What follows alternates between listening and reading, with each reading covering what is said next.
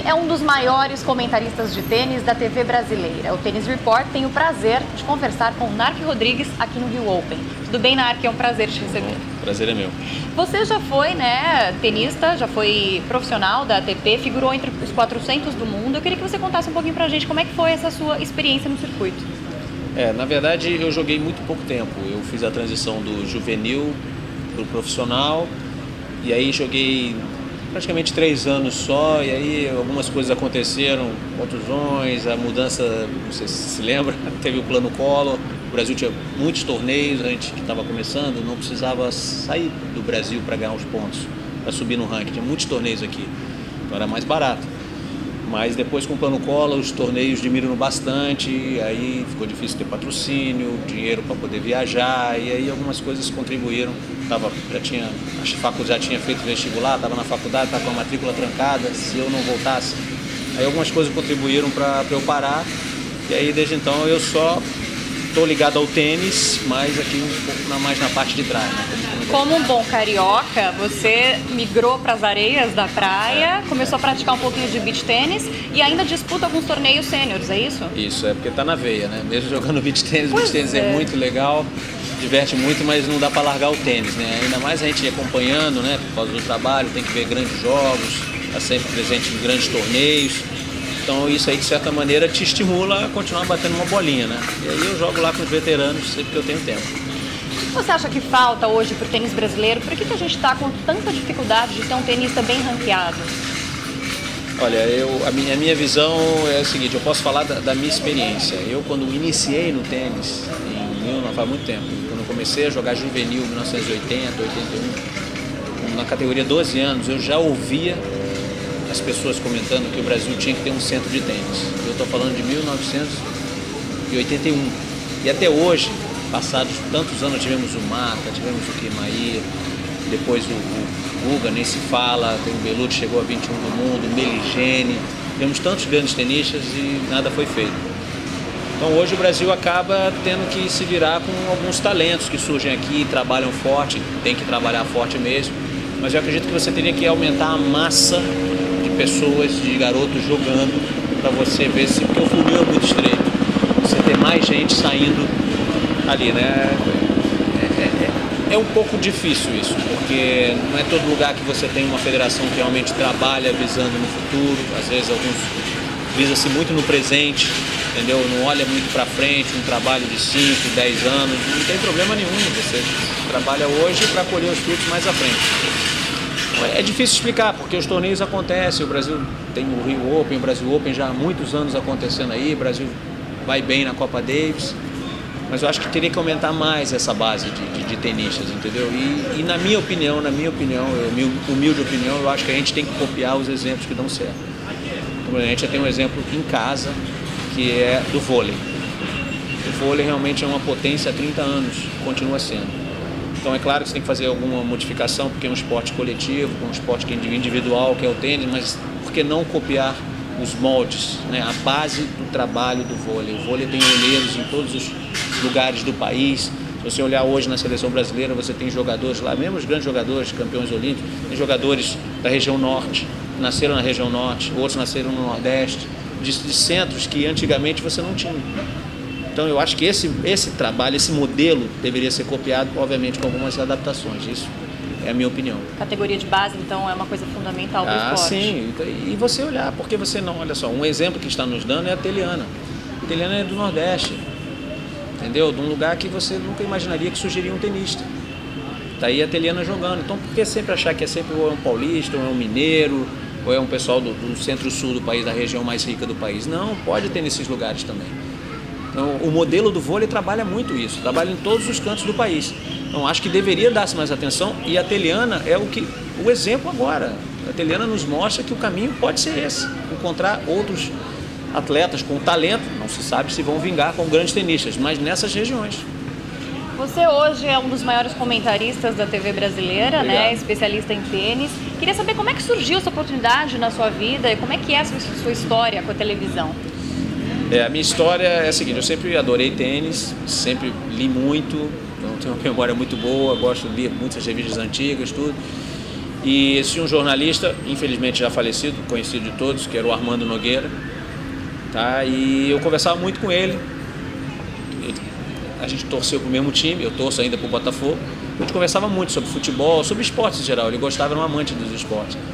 E aí um belo dia ele perguntou: pô, você fala tão bem, sabe do tênis, sabe o que tá falando, você não quer fazer um teste lá no Sport TV? Eu fui convidado por ele, comecei em abril de 98, tô até agora. E assim, você consegue se recordar do seu momento mais marcante e também um momento mais curioso durante todos esses anos de transmissão pelo Sport TV? Olha, o momento curioso sempre acontece algum imprevisto assim na transmissão, talvez eu não vá lembrar agora, mas o momento mais marcante mesmo foi no Masters de Lisboa, que o Guga ganhou. E aquela vez eu me lembro que eu fiz todos os 15 jogos do torneio eu fiz. Então eu fiz a vitória do Guga sobre a derrota para o Guga pro Agassi na fase de grupos, depois a vitória dele na semi com o Sampras, depois a vitória na final.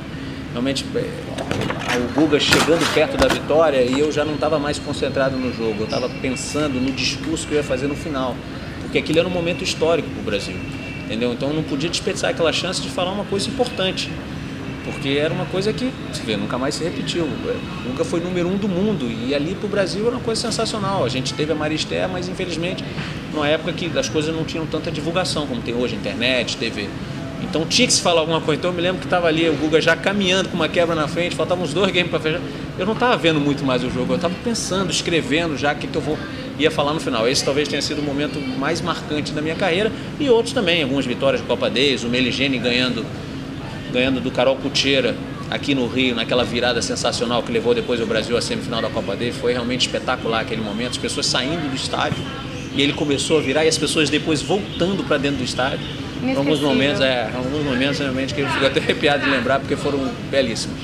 Narc, você deve saber que o público brasileiro, além de ser o fã de tênis, ser muito fiel às transmissões das nossas emissoras, é um público também muito crítico, né? E alguns profissionais, tanto comentaristas quanto narradores, recebem duras críticas por parte desses telespectadores.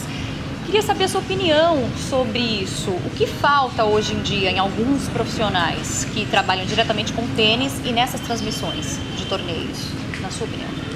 Eu acho que o nível das transmissões melhorou muito. É claro que algumas transmissões que você tem mais facilidade de fazer porque você tem mais imagens, tem mais recursos, uma imagem melhor. O HD hoje melhorou muito. E o tênis está se tornando um esporte muito rápido. Se não tiver HD, em alguns momentos fica difícil até de enxergar a bola. Então, como falar para quem está assistindo sobre um ponto, sobre uma estratégia, se do outro lado a pessoa não está nem enxergando a bola? Então, eu acho que o nível hoje de todos os comentaristas ele é ótimo. Muitos não são, como eu, por exemplo, não têm a formação jornalística, mas entendem do que estão falando. Então, é claro que no início você tem aqueles percalços típicos da profissão de comentarista, exatamente. De como lidar com o microfone, respiração, aquela coisa toda que o pessoal que faz locução sabe, né? A hora que você tem que fazer uma intervenção, a hora que você não pode, tem que ficar calado, não falar o óbvio. Então no início você acaba errando a mão, ou fala demais, ou fala muito pouco, mas principalmente você tem que entender do que está falando. Então eu acho que hoje o nível dos nossos comentaristas está excelente, os cronistas também, todo mundo escrevendo sobre tênis, um ou outro você vê assim, uma coisa que você discorda, mas difícil você olhar para ele e falar uma bobagem, é muito difícil isso acontecer. Você pode discordar da opinião, eu acho aqui, eu não acho, não concordo muito, mas o nível em geral é muito bom e eu estou gostando das transmissões. É só esse problema, algumas transmissões às vezes não por culpa dos brasileiros, a transmissão às vezes as imagens são geradas em emissoras de fora do Brasil e dependendo da transmissão você não enxerga muito a bola, então aí dificulta um pouco o trabalho. O tênis hoje, como você bem sabe, é o segundo esporte com maior tempo na programação das emissoras. Em primeiro lugar, obviamente, futebol, e talvez porque o tênis tenha partidas muito longas e um calendário também muito extenso. Mas ainda acontece do público reclamar, porque naquele momentozinho da premiação ou de uma entrevista, um detalhe de bastidores que seja, a transmissão é cortada. E aí o pessoal não perdoa. Queria saber se... Não perdoa o comentarista e o locutor. Vocês acabam tomando, né, a culpa para vocês. Queria saber se falta um pouco mais de respeito com o telespectador de tênis no Brasil, porque eles dizem que falta. Eu acho o seguinte, eu acho que, claro que quem está assistindo tem a sua preferência, o que você quer assistir e o quanto você quer assistir. Mas também quem não está por trás, quem está fazendo o evento ou na parte comercial da TV, tem alguns contratos que você tem que cumprir. Então, e hoje tem tudo na TV, todos os esportes passam na TV. Então você tem que dar espaço a todos os esportes, não adianta pensar só no tênis. É claro que o tênis ocupa um espaço maior, mas também tem o curling, por exemplo, o golfe, são esportes que tem menos, né, passam menos na TV, mas tem as pessoas que gostam de assistir. Então você tem que dar espaço a todos. O tênis, às vezes nós estamos, por exemplo, há 8 horas no ar. Mas tem uma pessoa que ligou a TV há 2 horas apenas. Aí quando encerra a transmissão, fala assim, pô, já acabou? Não, mas a gente já estava 8 horas. Entendeu? Então quem ligou no início, poxa, eu já estou bem de tênis, eu não quero mais ver. Então acontece algumas vezes, mas dependendo da emissora, você tem muitos contratos, transmite muitos eventos, aí você tem que dar espaço a todos. Outras emissoras que têm menos eventos e ficam mais na parte jornalística, essas sim, de repente, podem estender um pouco mais e ficar mais tempo no ar com determinado evento, o tênis, por exemplo. Isso também acontece quando uma partida de tênis é interrompida num momento crucial para uma transmissão de um jogo de futebol? O futebol, você falou, o tênis é o segundo esporte, o primeiro é o futebol, entendeu? Os contratos no futebol ainda são muito maiores do que no tênis, são prioridade. Então você tenta encaixar ali, pode acontecer, mas eu acho que tem acontecido menos isso. Obviamente que o futebol e o Brasil está vindo aí, ano de Copa, então não tem jeito, é o esporte do país. Então você acaba eventualmente não fazer um corte para ir para o futebol, mas isso pode acontecer, mas na minha opinião tem acontecido menos. Bom, a gente teve aqui a primeira edição do Rio Open, né, o maior torneio de tênis da América do Sul. Você participou das transmissões, queria saber a sua opinião, como é que foi essa experiência, o que você achou da estrutura do torneio e também da estrutura de transmissão do Sport TV. O que a gente pode esperar das próximas edições? Bom, eu posso dizer para você que o Sport TV vai estar sempre junto com onde tênis brasileiro tiver, o Sport TV vai estar junto, sempre. E as nossas transmissões têm se esmerado para trazer como se fosse o telespectador para dentro da quadra. Melhor transmissão possível. Em relação ao torneio, eu estou achando o torneio excelente. Eu acho que todo torneio, quando ele é realizado pela primeira vez, falhas acontecem. Mas o principal para um torneio ficar no calendário, é claro que o público é importante, as pessoas têm que gostar das instalações, tudo, mas é agradar os jogadores. E pelo que a gente tem conversado aí, não sei o que, eles estão achando ótimo. O Rio de Janeiro é porta de entrada do Brasil. Os tenistas lá fora, se você perguntar, eles querem vir ao Brasil, mas querem jogar no Rio de Janeiro, queriam um torneio no Rio de Janeiro, agora tem um torneio grande. Entendeu? Eu acho que o torneio, pequenas falhas assim pontuais, mas vão ser melhor. Essa edição já começa com o número 1 do mundo. Então, ou seja, se o número 1 do mundo sair daqui falando bem desse torneio, quem é que não vai querer vir jogar nas próximas edições? Entendeu? Então os organizadores vão estar procurando corrigir algumas falhas, acho que isso é normal, mas agradando bem os jogadores, aí consequentemente o público também, vendo bons jogos, sendo bem atendido, tendo conforto, que é importante. É claro que o torneio tem alguns problemas de qualquer grande cidade, estacionamento, trânsito, mas acho que se fosse em São Paulo ou Belo Horizonte, qualquer outro lugar, isso é um problema de todas as cidades no mundo, né, das grandes cidades no mundo. Então eu acho que o torneio tem tudo para ficar no calendário muito tempo. Mais um momento histórico, né, para a sua carreira.